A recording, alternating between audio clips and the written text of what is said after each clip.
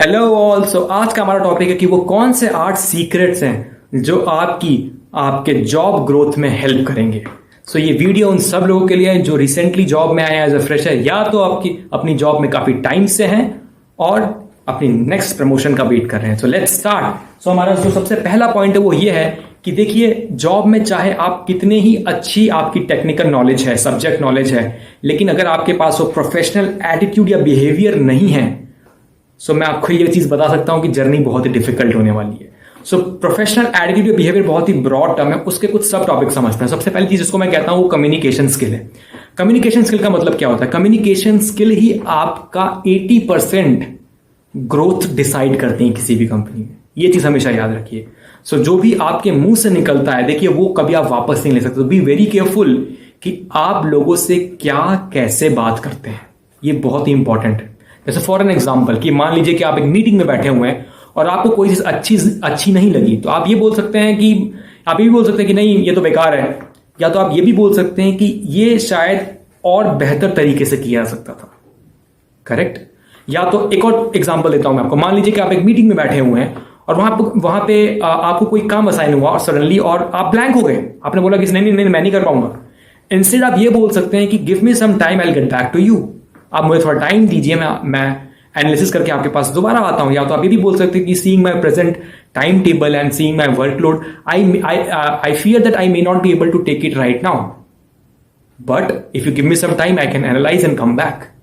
तो देखिए, हर एक चीज को बोलने का एक तरीका होता है, वो चीज समझना बहुत जरूरी है। कॉलेज नहीं है अपना, स्पेशली फॉर फ्रेशर्स। मैंने ये चीज देखी है कि वो लोग जस्ट कॉलेज से आते हैं और उस दुनिया से ट्रांजिशन कर पाना प्रोफेशनल वर्ल्ड में थोड़ा सा डिफिकल्ट होता है, राइट? या तो आपने ब्लू कॉलर से व्हाइट कॉलर में ट्रांजिशन किया है, तो अंडरस्टैंड दिस कि हम्बल रहिए, कम्युनिकेशन स्किल्स पे अपने ध्यान दीजिए। अगली चीज हम चलते हैं, जो कि मैंने देखा है ये ज्यादातर कॉलेज स्टूडेंट्स के साथ होता है जो रिसेंटली जॉब में आए, जो कि यूज ऑफ स्लैंग वर्ड्स, जो कि नहीं होना चाहिए। देखिए, अपने गुस्से पे कंट्रोल रखना जरूरी है, और ये उन लोगों के लिए भी है जो काफी टाइम से अपनी जॉब में है। देखिए, कभी कभी क्या होता है कि हम लोग मीटिंग कर रहे हैं और सडनली कोई चीज ऐसी हो जाती है जो हमारे ईगो के साथ कन्फ्लिक्ट कर जाती है, हमें गुस्सा आ जाता है और हम गुस्से में कभी कभी वैसे वर्ड्स यूज कर देते हैं जिसका हमें जिंदगी भर पछतावा होता है। तो ये चीज ध्यान रखिए कि हमेशा अपने गुस्से पे कंट्रोल रखिए और स्लैंग वर्ड्स कभी भी यूज मत करिए प्लीज। जैसे कि मेरे को अभी भी याद है, मैं एक मीटिंग में बैठा हुआ था और मेरे कलीग को किसी ने बोल दिया था कि यार किसी ढंग के बंदे को ला। ये बहुत ही गलत तरीका है बात करने का।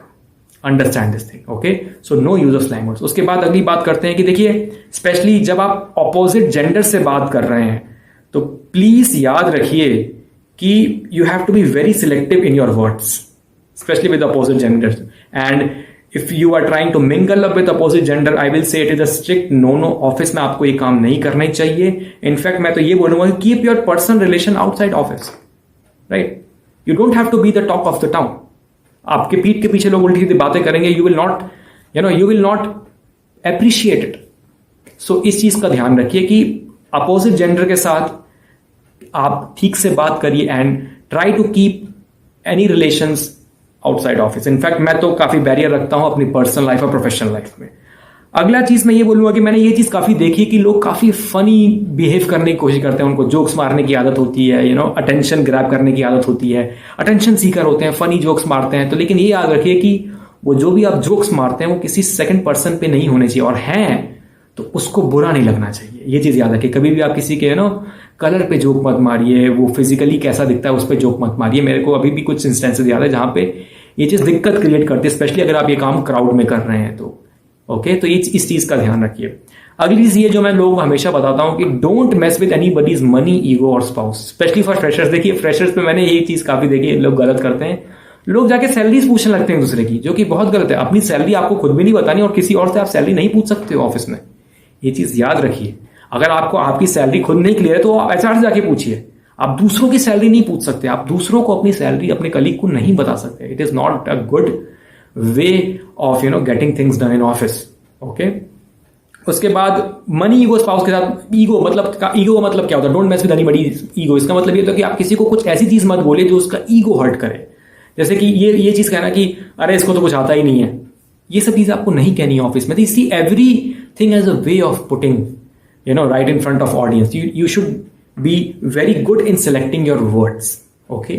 और जो हमारा नेक्स्ट टॉपिक है वो ये है कि देखिए कभी कभी ऐसा भी होता है कि we start feeling complex if we have better people around us. कभी कभी होता है ना कि when somebody new comes in our office and we know that he is more smart, he is more knowledgeable than us, हमें complex में लगता है, हम डरने लगते हैं, हम उनके सामने ठीक से बात नहीं कर पाते, जो कि मेरे मुताबिक काफी गलत है। ऐसा नहीं होना चाहिए। अगर आपसे कोई अच्छा आया है ऑफिस में, ये आपके लिए एक अच्छी अपॉर्चुनिटी है कि आप उनसे कुछ सीख सकते हैं। Okay, so take it as an opportunity. और इनफैक्ट मैं तो ये बोलूंगा कि be around people who are better than you. और ये भी कहा जाता है कि if you take average of 5 people around you, वही आप हैं, right. So it is always be, in fact आप उनके साथ ज्यादा टाइम स्पेंड करिए जो आपसे बेटर है, जिनसे आप सीख पाते हैं, राइट। सो ये कुछ चीजें थी जो मुझे प्रोफेशनल एटीट्यूड या बिहेवियर के अंदर कवर करनी थी, मैंने कर ली। अब पॉइंट नंबर 2 जो कि बहुत बहुत बहुत इंपॉर्टेंट है, उसको मैं कहता हूं ड्रेसिंग सेंस या ग्रूमिंग सेंस। अब देखिए कई कई ऑफिस में क्या होता है कि कैजुअल्स अलाउड होते हैं, काफी एमएनसीज हैं जहां पे वेस्टर्न कल्चर है और वहां पे कैजुअल्स अलाउड होते हैं। लेकिन तो भी कैजुअल्स में भी मैं आपको ये सजेस्ट करूंगा कि स्मार्ट कैजुअल्स पहनिए। इसका मतलब ये होता है कि ये नहीं कि कैजुअल अलाउड है तो कैपरी और टी शर्ट पहन के चले गए राउंड नेक का। Try to avoid it. अगर आपको स्मार्ट कैजुअल्स पहनने की इतनी इच्छा है तो आप कॉलर वाली टी शर्ट्स पहनिए, आती हैं, अच्छी लगती है। पोलो टी शर्ट आती है, पहनिए, जीन्स के साथ पहनिए, अच्छी लगती हैं, right. So you can opt for that. और आपका जो भी कपड़ा है वो साफ होना चाहिए, आयरन होना चाहिए, आप कुछ डिओड्रेंट्स यूज करिए। इनफैक्ट मैं तो ये अपनी काफी मीटिंग्स में करता हूं और मैंने काफी अच्छे ट्रेनर्स को भी करते हुए देखा है कि जब उनको पता है कि उनकी 1-on-1 इंटरेक्शंस है क्लोजली काफी क्लाइंट्स के साथ, तो वो अपने साथ माउथ फ्रेशनर भी रखते हैं, क्योंकि वो खुद को भी एम्बैरेस फील नहीं कराना चाहते और दूसरों को भी। सो इन चीजों का ध्यान रखिए, अपनी ड्रेसिंग सेंस का ध्यान रखिए। क्योंकि देखिए अगर मान लीजिए कि आप ग्रुप में कुछ अराउंड 10-20 लोग हैं आपकी टीम में, और उसमें से कुछ 1-2 बंदे हैं जो अच्छे से they have good sense of dressing, ये ऑटोमेटिकली आपके मैनेजर को दिखाता है कि आप कितने सीरियस है अपने जॉब को लेके। ये ऑटोमेटिकली हाईलाइट करता है। इनफैक्ट आप भी अपने आप से पूछेंगे तो आपके ऑफिस में कुछ ना कुछ ऐसे लोग होंगे who are very good in grooming, and वो दिखाता है कि वो कितने सीरियस है अपनी जॉब को लेके, राइट। नाउ थर्ड पॉइंट जो मैं कहता हूं कि पंक्चुअलिटी। देखिए पंक्चुअल होने के लिए कोई डिग्री नहीं चाहिए, राइट। सो पंक्चुअल रहिए। जो चीज आप कमिट करते हैं, ऑफिस लेट मत आइए, वो बहुत ही नेगेटिव इंपैक्ट। अगर आपका ऑफिस 9 बजे खुलता है सुबह, किसी भी तरीके से 9 बजे पहुंच जाइए या 9 बजे से पहले पहुंच जाइए। जो लोग लेट आते हैं वो सबकी आंखों में, मैं बता रहा हूं, दिखते हैं कि ये बंदा लेट आ रहा है, ये उतना सीरियस नहीं है अपनी जॉब को लेके, राइट। और चीजों को प्रोक्रेस्टिनेट मत करिए, टालिए मत कि डिलीवरेबल मिला है आज, आराम से करूंगा, हाँ ठीक है देखा जाएगा।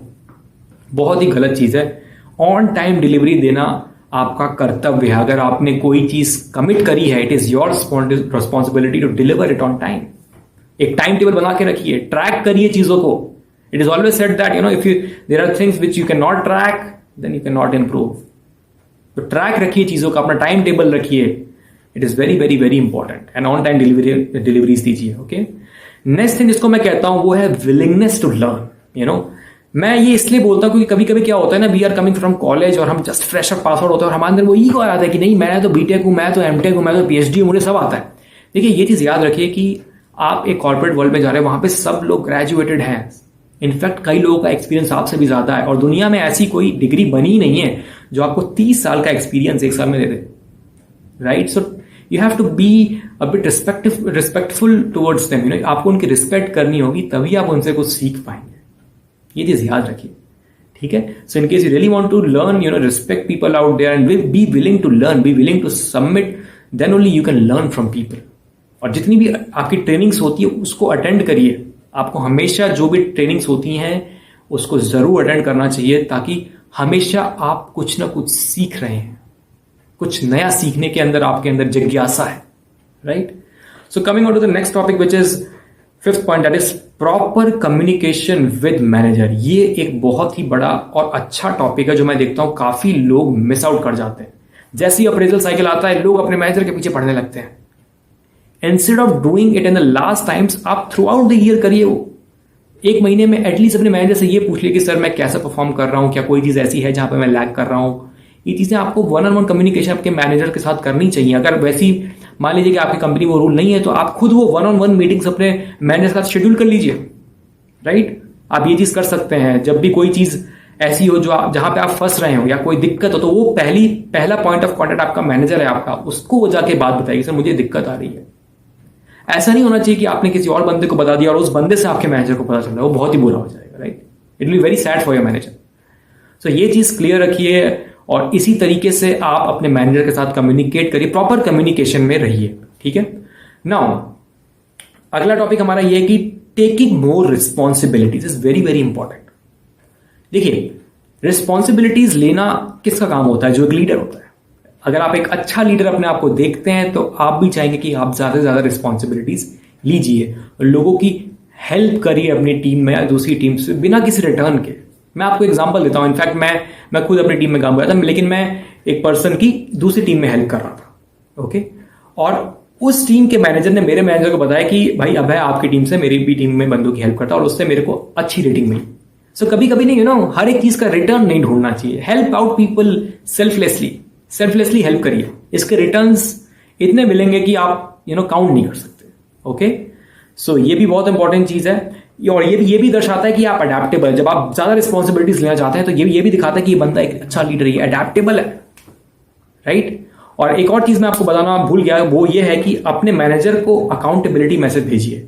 इनफैक्ट मैं तो ये हर डेली करता हूं। इनफैक्ट आप डेली नहीं कर पाते तो वीकली करिए। मतलब अपने मैनेजर को भेजिए कि एक वीक में आपने क्या काम किए। ये दर्शाता है कि आप अकाउंटेबल हैं अपने काम के प्रति, आप सीरियस हैं, आप ट्रस्टवर्दी हैं। ये करिए, ओके। अगली चीज हम ये डिस्कस करते हैं जिसको मैं कहता हूं कि how to tackle difficult situations. मान लीजिए कि कोई डिफिकल्ट सिचुएशन आ गई जॉब में, या मान लीजिए कि आप किसी क्लाइंट मीटिंग में सडनली किसी ने कोई ऐसा क्वेरी रेज कर दिया जिसका आंसर किसी के पास नहीं था, या तो कुछ ऐसा कमेंट क्लाइंट ने रेज कर दिया जो कि आपके प्रोडक्ट पे आ गया है और उसको कंप्लायंस पे आ गया है, कुछ ऐसा जो जिसके बारे में आप प्रिपेयर्ड नहीं थे। सो उन सिचुएशंस को आप कैसे हैंडल करते हैं वो भी ये दिखाता है कि आप कितने कॉन्फिडेंट हैं। सो ऐसे सिचुएशन में पैनिक मत करिए, फैक्ट्स और फिगर्स अपने क्लियर रखिए और फिर मीटिंग में जाइए and then answer those questions properly. I repeat again कि ऐसे सिचुएशंस में कॉन्फिडेंट रहिए और फैक्ट्स और फिगर्स के साथ जाइए। मुझे अभी भी याद है कि मैं कभी कभी ऐसी मीटिंग से भी बैठता हूं जहां पे गवर्नमेंट ऑफिशियल IAS लेवल के भी होते हैं। वहां पे अगर आपको कोई चीज प्रेजेंट करनी है तो प्रॉपर PPT के साथ with facts and figures you have to present and you have to be having a good knowledge of your subject, ताकि आप सारे क्वेश्चंस टैकल कर पाए। और वहीं से वो दिखाता है कि आप कितने कॉन्फिडेंट हैं, okay. So have proper information about your subject when going to any meeting, okay.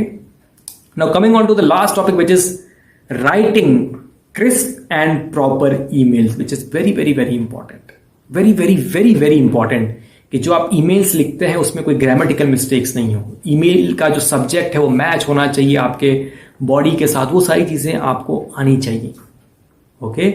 सो मैं एक बार रिकैप्सुलेट कर देता हूं वो कौन से 8 पॉइंट्स हैं जिससे आपकी जॉब में अच्छी ग्रोथ होगी। पॉइंट नंबर 1, प्रोफेशनल एटीट्यूड रखिए, बिहेवियर रखिए। पॉइंट नंबर 2, ड्रेसिंग सेंस अच्छा रखिए, ग्रूमिंग सेंस अच्छा रखिए। पॉइंट नंबर 3, पंचुअल रखिए, पंचुअलिटी होनी चाहिए आपके अंदर, ओके। प्रोक्रेस्टिनेट मत करिए चीजों को, ऑन टाइम डिलीवर दीजिए। पॉइंट नंबर 4, विलिंगनेस होनी चाहिए सीखने की, अटेंड करिए सारी trainings. Point number 5, proper communication होना चाहिए मैनेजर के साथ। पॉइंट नंबर 6, रिस्पॉन्सिबिलिटीज लीजिए, उठाइए, लीडर बनिए। पॉइंट नंबर 7, आप कैसे प्रॉब्लम्स को टैकल करते हैं, कैसे हैंडल करते हैं, वो ये दिखाता है कि आप कितने कॉन्फिडेंट हैं। अच्छे से हैंडल करिए, पैनिक मत करिए। Point number 8, right crisp and proper emails.